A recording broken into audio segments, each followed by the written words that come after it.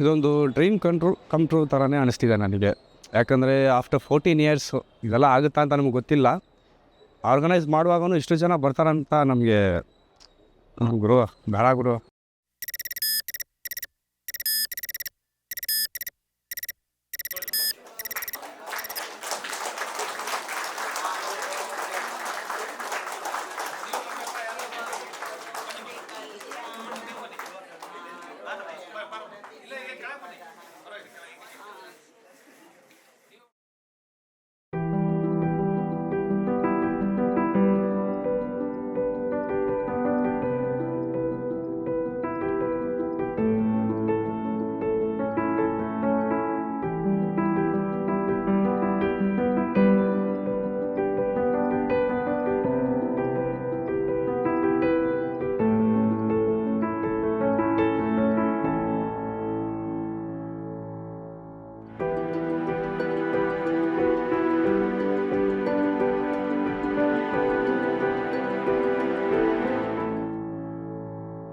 ಇದೊಂಥರ 10 ವರ್ಷದ ಕನ್ಸ್ಕೊಂಡು ನನಗೆ 10 ವರ್ಷದಿಂದ ಎಲ್ಲರೂ ನೋಡಬೇಕು. ಈ ಕಾಲೇಜ್ ಏನಂದರೆ ನನ್ನ ಲೈಫಲ್ಲಿ ಈ ಜಾಗದಲ್ಲಿ ಇದ್ದಿಷ್ಟು ಖುಷಿ ಇಷ್ಟು ಸಂತೋಷವಾಗಿದೆ ನಾನು ಬೇರೆ ಕಡೆ ಇಲ್ಲ.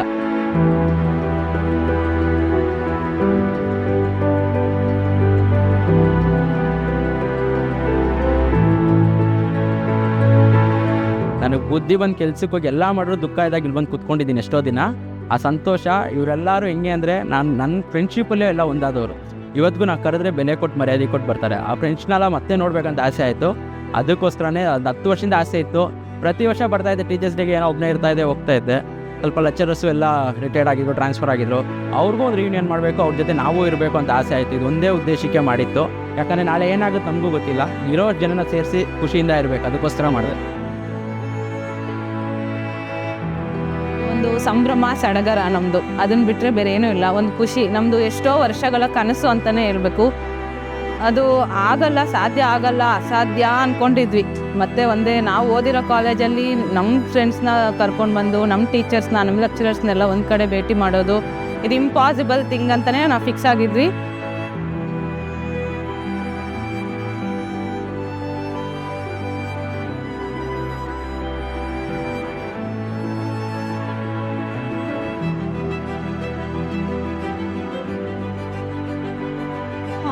It's really a wonderful moment. So actually ನಾವು ಬಂದು ಫಸ್ಟ್ ಬ್ಯಾಚ್ ಆಗಿದ್ವಿ, ಪೈಲಟ್ ಬ್ಯಾಚ್ ನಮ್ಮ ಕಾಲೇಜಿಗೆ. ಸೊ ನಾವು ಬಂದಾಗ ಈ ಬಿಲ್ಡಿಂಗ್ ಇರಲಿಲ್ಲ. ಸೊ ಆ ಬಿಲ್ಡಿಂಗಲ್ಲಿ ಅಲ್ಲಿ ಕಾಣ್ತಿದೆಯಲ್ಲ, ಸೊ ಆ ಬಿಲ್ಡಿಂಗಲ್ಲೇ ನಾವು ನಮ್ಮ BBM ಫುಲ್ ಕೋರ್ಸನ್ನ ಕಂಪ್ಲೀಟ್ ಮಾಡಿದ್ದು. ಸೊ ಆ್ಯಕ್ಚುಲಿ ಹಾಗೆ ಇರ್ತಿತ್ತು ಅಂದರೆ ನಮಗೆ ನಮ್ಮದೇ ಆದ ಡಿಗ್ರಿ ಇನ್ಫ್ರಾಸ್ಟ್ರಕ್ಚರು ಇರಲಿಲ್ಲ. ಆದರೂ ಕೂಡ ತುಂಬ ಖುಷಿಯಾಗಿ ಕ್ಲಾಸಸ್ನಲ್ಲಿ ಪಾಠ ಮಾಡ್ತಿದ್ರು ಟೀಚರ್ಸು. ನಾವು ತುಂಬ ಕೇಳ್ಕೊಳ್ಳೋದಕ್ಕೆಲ್ಲ ಚೆನ್ನಾಗಿರ್ತಿತ್ತು. ಇನ್ನೊಂದೇನು ಅಂತ ಅಂದರೆ ಅಲ್ಲಿ ಫಸ್ಟ್ PUC ಸೆಕೆಂಡ್ PUC ಅವ್ರ ಬಿಲ್ಡಿಂಗ್ ಅದು.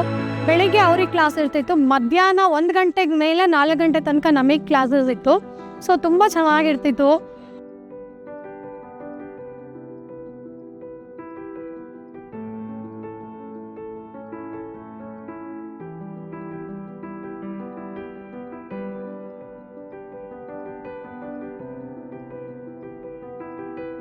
Actually this was a first grade college. ನಮ್ಮದು ಫಸ್ಟ್ ಬ್ಯಾಚ್ ಆ್ಯಕ್ಚುಲಿ ನಾವಿಲ್ಲಿ ಬಂದಾಗ. ಸೊ ನಮ್ದು ಏನಂದರೆ ಲಾಸ್ಟ್ ಮೂಮೆಂಟಲ್ಲಿ ನಮ್ಮದು ಅಡ್ಮಿಷನ್ಸ್ ಎಲ್ಲ ಇದಾಗಿದೆ. ಬಟ್ ಒಳ್ಳೆ ಫ್ರೆಂಡ್ಸ್ ಸಿಕ್ಕಿದ್ರು.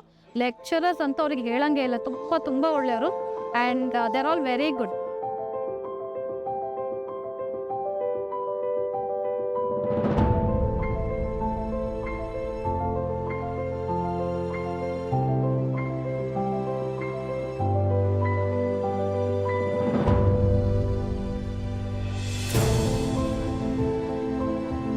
ನಿಜವಾಗ್ಲೂ ಮೀಟ್ ಮಾಡ್ತೀವಿ ಅಂತ ಅಂದ್ಕೊಂಡಿರಲಿಲ್ಲ. ಸೊ ಫಸ್ಟ್ ನಾವು ಆರ್ಗನೈಸರ್ಸ್ಗೆ ಥ್ಯಾಂಕ್ಸ್ ಹೇಳ್ತೀನಿ. ಅದರಲ್ಲೂ ಗುರು ಬಂದು ಎಲ್ಲರನ್ನೂ ಮೀಟ್ ಮಾಡಬೇಕು ಅಂತ ಹೇಳಿ ಎಲ್ಲರನ್ನೂ ಲೈಕ್ ಏನು ಸಪ್ರೇಟ್ ಗ್ರೂಪ್ ಅಂತ ಮಾಡಿ ಎಲ್ಲರನ್ನೂ ಕಾಂಟ್ಯಾಕ್ಟ್ ಮಾಡಿ ಸಪ್ರೇಟಾಗಿ ಇಂಡಿವಿಜುವಲ್ ಆಗಿ ಇದಂತೂ ಈ ಥರ ರಿಯೂನಿಯನ್ ಆಗುತ್ತೆ ಅಂತ ನಂಗೆ ಸತ್ಯವಾಗ್ಲೂ ಗೊತ್ತಿರಲ್ಲ. ಬಟ್ ಎಲ್ಲರೂ ನೋಡಿ ಒಂದು ಖುಷಿ ಆಗುತ್ತೆ. ಕೆಲವರೆಲ್ಲ ಲೈಕ್ ಏನೋ ಮೀಟೇ ಮಾಡಿಲ್ಲ, ಕಾಲೇಜ್ ಬಿಟ್ಟ ಮೇಲೆ ಮೀಟೇ ಮಾಡಿಲ್ಲ. ಬಟ್ ಇವಾಗ ಮೀಟ್ ಮಾಡ್ತಾ ಇದ್ದರೆ ಒಂದು ಖುಷಿ ಆಗಿದೆ.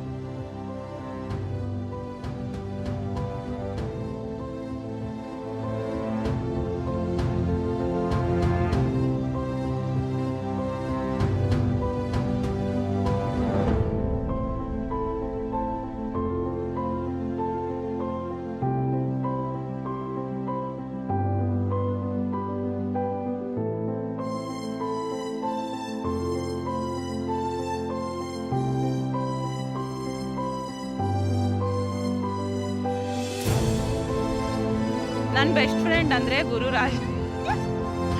ಅವರು ನಾನು ಮೊದಲಿಂದ ನಾವು ಇದ್ದಿದ್ದು ಹಂಗೆ ಒಂದು 3 ತಿಂಗಳು ಮಾತಾಡಿದ್ರೆ 6 ತಿಂಗಳು ಮಾತಾಡ್ತಿರ್ಲಿಲ್ಲ. ಯಾವಾಗಲೂ ಕಿತ್ತಾಡ್ಕೊಂಡು ಜಗಳದಲ್ಲಿ ಹಂಗೆ ಕಳೀತಿದ್ವಿ.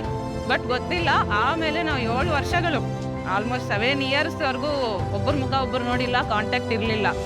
ಏನೋ ಅನ್ಎಕ್ಸ್ಪೆಕ್ಟೆಡಾಗಿ ಮೀಟ್ ಆಗಿರೋದು. ಬಟ್ ಹೆಂಗಿತ್ತು ಅಂದರೆ ನಾವು ಅವಾಗ ಕಿತ್ತಾಡ್ಕೊಂಡಿದ್ರು ನಮ್ಮದು ಮಧ್ಯೆ ಒಂದು ಬಾಂಡಿಂಗ್ ಇತ್ತು, ಒಂದು ಒಳ್ಳೆ ಫ್ರೆಂಡ್ಶಿಪ್ ಇತ್ತು. ನಮ್ಮ ಬೆಸ್ಟ್ ಫ್ರೆಂಡ್ಶಿಪ್ ಹೆಂಗಿತ್ತು, ನಮ್ಮ ಮಧ್ಯೆ ಬಾಂಡಿಂಗ್ ಏನಿತ್ತು, ಅದು ಹಾಗೇ ಕ್ಯಾರಿ ಆಗಿದೆ. ಆ್ಯಕ್ಚುಲಿ ಅದು ತುಂಬ ಅಂಡರ್ಸ್ಟ್ಯಾಂಡಿಂಗ್ ಆಗಿತ್ತು.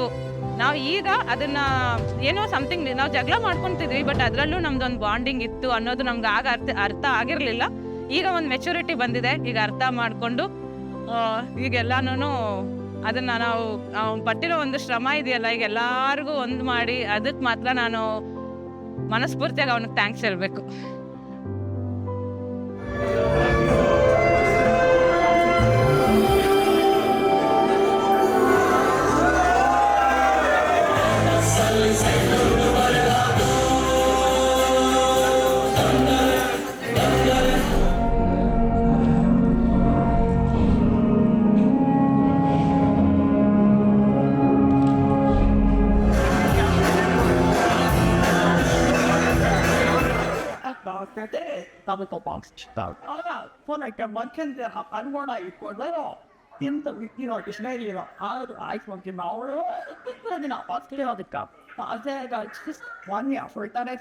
ನಾಟಿಸ್ ಮೂಟಿ ಅಂದರೆ ಅಫ್ಕೋರ್ಸ್ ನಿಮಗೆ ಗೊತ್ತು, ಮಲೇಷಿಯಮಲ್ಲಿ ನಾವು ಓದೋದ್ರಿಂದ ಲೈಕ್ ಎಲ್ಲ ಕಡೆ ಕಾಲೇಜ್ ಇದೆ, ತುಂಬ ಹುಡುಗಿರನ್ನ ರೇಗಿಸಿದ್ದೀವಿ, ಇನ್ಕ್ಲೂಡಿಂಗ್ ನಮ್ಮ ಕ್ಲಾಸ್ಮೇಟ್ಸ್ನ. ಸೊ ಅದೆಲ್ಲ ನೆನಪಾಗುತ್ತೆ ಇವಾಗ ಕಾಲೇಜಿಗೆ ಬಂದಾಗ, ಅದೆಲ್ಲ ನೆನಪಾಗುತ್ತೆ. ಯಾಕೆಂದರೆ ಮತ್ತೆ ಇವಾಗ ಅದು ಮಾಡೋಕ್ಕಾಗಲ್ಲ, ನಾವು ರ್ಯಾಗ್ ಮಾಡೋಕ್ಕಾಗಲ್ಲ. ಇವಾಗೆಲ್ಲ ಕೆಲ್ಸಕ್ಕೆ ಹೋಗ್ತೀವಿ, ನಮ್ಮದು ಜೀವನ ಇರುತ್ತೆ. ಮತ್ತು ಇಲ್ಲಿ ಕಾಲೇಜಿಗೆ ಬಂದು ಕ್ಲಾಸ್ ಬಂಕ್ ಮಾಡೋದು, ಮತ್ತು ಕ್ರಿಕೆಟ್ ಆಡೋಕ್ಕೆ ಹೋಗೋದು, ಇದೆಲ್ಲ ಇಲ್ಲ ಇವಾಗ. ಬಟ್ ಅದು ಮಿಸ್ ಮಾಡ್ಕೊತೀವಿ ತುಂಬ. ಫನ್ನಿಯಸ್ ಮೆಮೊರಿ ಹಿಂಗಿದ್ದೀವಿ ಅಷ್ಟೇ. ಏನು ಕ್ಲಾಸ್ ರೂಮಲ್ಲಿ ಪಟಾಕಿ ಹೊಡಿಯೋದು, ಅವ್ರು ಪಾಠ ಮಾಡೋಗಿದ್ದು ಈಚೆ ಹೋಗೋದು, ಅವ್ರ ಮನೆಗೆ ಹೋಗೋ ಅಂದರೆ ಗೇಟ್ ಹತ್ರನೇ ಕೂತ್ಕೊಳೋದು. ಅದೇ ನಾನು ಮಾಡ್ತಿದ್ದೆ, ಎಲ್ಲೂ ಹೋಗಲ್ಲ, ಕ್ಲಾಸ್ಗೆ ಹೋಗ್ತಾ ಇರಲಿಲ್ಲ, ಈಚೆ ಕೂತ್ಕೊತಿದ್ದೋ. ಅದು ಬಿಟ್ಟು ಅಂದರೆ 6 ಸೆಮ್ಮಲ್ಲಿ ಒಂದೇ ಸಲ 14 ಸಬ್ಜೆಕ್ಟ್ ಅಟೆಂಪ್ಟ್ ಬರೆದೆ. ಬೆಳಗ್ಗೆ ಮಧ್ಯಾಹ್ನ, ನಾಳೆ ಬೆಳಗ್ಗೆ ಮಧ್ಯಾಹ್ನ ಅಂತ. ಇಂಥದ್ದೇ ನಾನು ಮಾಡಿರೋದು.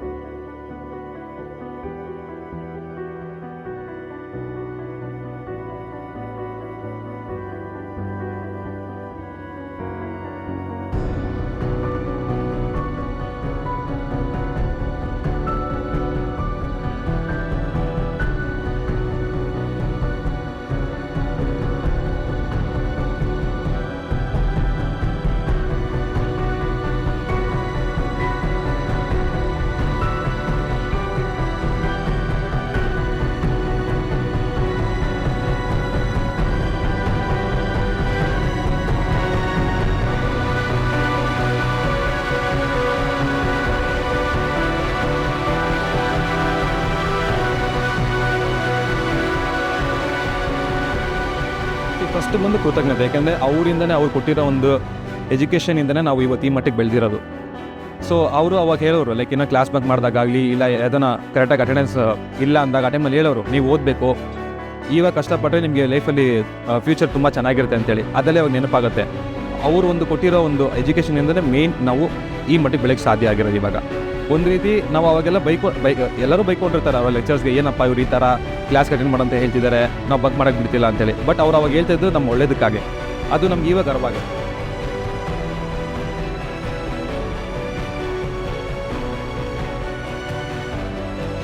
ಸೊ ನನ್ನ ಫೇವ್ರೆಟ್ ಇನ್ಸಿಡೆಂಟ್ ಏನು ಅಂತ ನೋಡಿದ್ರೆ, ನಾನು ಯಾವಾಗಲೂ ಕನ್ನಡ ಕ್ಲಾಸ್ ಬಂಕ್ ಮಾಡಿಬಿಡ್ತಿದ್ದೆ.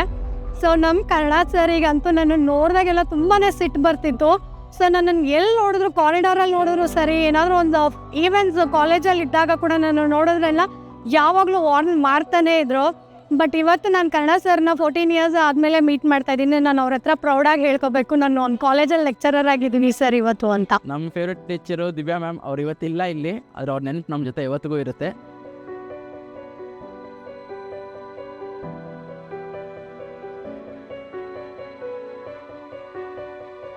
ಕಳೆದ ಕ್ಷಣಗಳ ಮೆಲುಕು ಹಾಕಲು, ಅಪ್ಪ ಅಮ್ಮನ ಪದನಾಮದಿಂದ ವಿರಾಮ ಪಡೆದು ವಿದ್ಯಾರ್ಥಿಯಾಗಲು, ಕಳೆದುಕೊಂಡ ಸಂಪರ್ಕ ಪುನಃ ಬೆಸೆಯಲು, ಎಲ್ಲದಕ್ಕಿಂತ ಮಿಗಿಲಾಗಿ ಗುರುಗಳಿಗೆ ವಂದಿಸಲು ಸೇರಿದೆವು ನಾವೆಂದು.